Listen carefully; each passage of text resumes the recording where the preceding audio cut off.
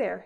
Today's footage is brought to you by Professional Outcast, otherwise known as Tainted Nem. He uploads gameplay videos, including, but not limited to, Dead by Daylight, Lethal Company, League of Legends, and the game we're about to discuss today. So please be sure to give him a follow on both his YouTube and his Twitch because he provided me permission to use his gameplay videos for the video I'm making today. Without further ado, let's get into it.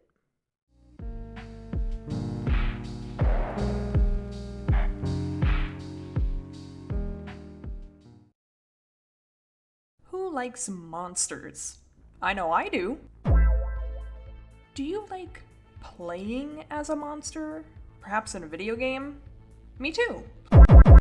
Playing as something otherworldly and powerful, able to destroy or even infect as many objects and beings as possible, brings a fun power fantasy to the table and can make for an engaging feature of a game as a whole. So, back in 2014, when it was revealed that some developers behind Left 4 Dead were coming together to create a brand new game, Evolve, I got pretty interested. Based on the trailers and gameplay, it seemed pretty exciting. Hunting down monsters, or even becoming one yourself to do the hunting, was an interesting concept, so I patiently waited for its release.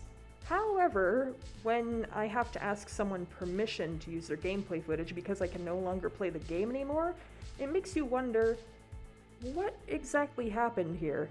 When you watch videos about the state of Evolve and how it got to the place it did today, most comments are rather negative. Even videos themselves, with a rare user mentioning how much they enjoyed it and were sad that it got to the place it did. I want to take the time to discuss the game as a whole and why I personally loved it at the time, and if you've never played it, who knows, maybe you'll learn something too. This isn't exactly meant to be an educational video per se. We have plenty of other creators online who have documented this game's journey far better than I could, so give them a watch as well if you want to see the real nitty-gritty of the production and marketing side of this game. So, Evolve. The game's premise was pretty simple. Humanity was progressing at a state where they could colonize and eventually inhabit other planets in the solar system. As they created new facilities and factories on the planet they were terraforming, some of the native species in the environment began to show violent resistance. This resistance was in the form of monsters, the playable creatures of the game. To combat this threat, a retired monster hunter named William Cabot comes out of retirement to assemble a team of contracted hunters to deal with the looming threat. In every game, there are 4 players entering the role of hunters, with 1 player controlling the role of the monster. The goal of the hunters is to capture, subdue, and kill the monster, while the opposing side must eat, learn, and evolve to become powerful enough to kill off the hunters. Whichever side dies first is the loser of the match. The hunters are divided into 4 categories, or classes, each with a group of characters accompanying them.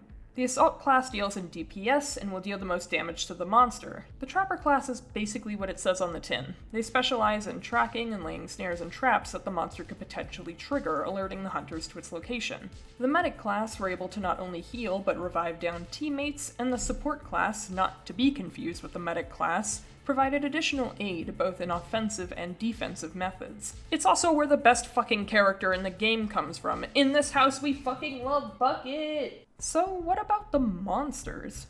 I always thought the monsters in this game were pretty unique. Each had their own special abilities and traits. One could deal less damage but be faster, and another could do the opposite. It all depended on players' preferred method or style, and which monster they just liked. Throughout the game, the monster must eat smaller monsters in order to gain points in their evolve meter. Once they had enough, they could spend their points into upgrading their skills and abilities, and the monster would get a minor appearance change as well, such as increased size or extra spikes or limbs. We had 5 monsters in total, those being the Goliath, the Kraken, the Wraith, the Behemoth, and the Gorgon. Goliath and Behemoth were focused on brute strength, sacrificing speed for devastating damage, while monsters like the Kraken and the Wraith excelled at stealth and speed at the expense of their amount of max HP. The Goliath was advertised as a bruiser-type monster, excelling at heavy-hitting punches and rock throws. He also breathed fire like a dragon, which I thought was pretty silly. The Kraken was actually my main at the time. I really liked them. They specialized in long-range attacks, could glide around the map, and even shoot lightning. The Behemoth was tankier than the Goliath, but he was slow and hulking. It could use AoEs and even make rock walls. And the Gorgon was a spider-like killer, being able to attach herself onto trees, traverse areas like Spider-Man, and spit acid at long range. So let's fucking talk about Wraith. This fucking monster. I've seen a lot of players describe her as the bane of their existence on launch, and she was rarely ever patched significantly, so she continued to be an absolute nuisance when Evolve came back for its Stage 2 update. You would think having the lowest health and armor pools of any monster in the game that would be a challenge for Wraith. It fucking isn't. Most monsters could typically be counterplayed if you chose the right hunters, however, as Dead by Daylight is usually survivor-sided no matter how good the killer is. Evolve was the opposite, with games typically being monster-sided, even if you were considered a bad player. There's very little you can do to prepare against a Wraith. This greedy bitch has 3 dashes, each with their own utility. She can spawn a clone that will attack the nearest hunter or prey animal, and yes, it deals actual damage. When Stage 2 of the game released, she gained a passive similar to Kha'Zix from League of Legends, in that she deals increased damage to targets who are 20 meters or more away from another teammate. And this increased damage? Yeah, it stacks up to 5 times.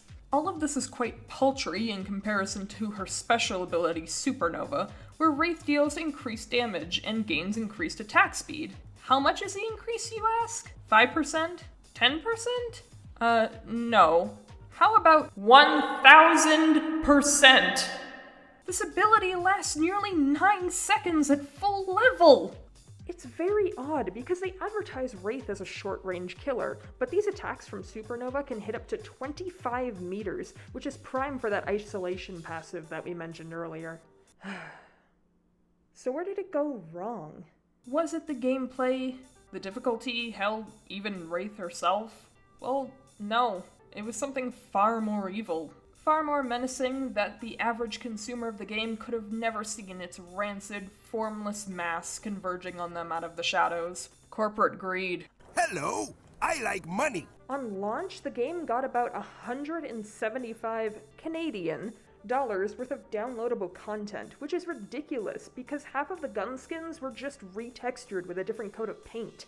And, let me be clear, because I know some people are going to find this to be a hot take, but, however, cosmetics are not fucking content. A game can have hundreds of cosmetics, but that's not the quote-unquote content that players refer to. Cosmetics, such as skins, voice lines, or whatever else the game decides to offer up to you, are not the same as something like a brand new map, a game mode, or even a new character. The game's season passes were also quite expensive, and the time it took to earn those rewards was just way too much for the average player. As it stands, cosmetic releases don't actually shape a game's future, and honestly, they could be part of its death. This was also a game that was released in late 2014, which meant it had insane competition at the time. With what, you ask? Oh geez, I don't know. Shadow of Mordor, Bayonetta 2, maybe even Dragon Age Inquisition? Am I forgetting something? No, I can't possibly be forgetting the biggest game release of that year. Perhaps you've seen it. Maybe in a dream. A murky, forgotten land.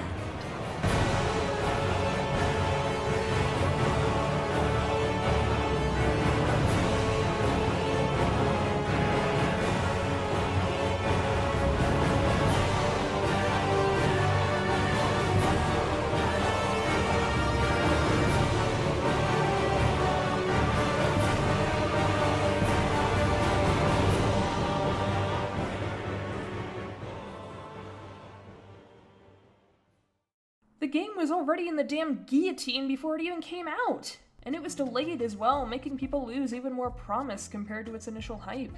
Evolve shut down its servers in 2022, so sadly you can't play the game online anymore. It's a shame considering just how good the game could have been, as we've seen a game with a similar playstyle succeed for quite a few years in comparison. I don't want to give up hope though, considering that Gigantic just got its big revival. Believe me, I have a video coming up about it. And honestly, I want to see more publishers pick up dead games like this and revise them to be better. It could actually be really good for the games industry. But sadly, for now, it's a shell of what it could have been, and a cautionary tale of how easily you can lose your audience's interest. If Evolve ever comes back, I would be really happy for it, but it needs to be looked over just a little bit more to actually become a good and engaging game. As the saying goes, if you don't correct the mistakes of the past, you're doomed to repeat them.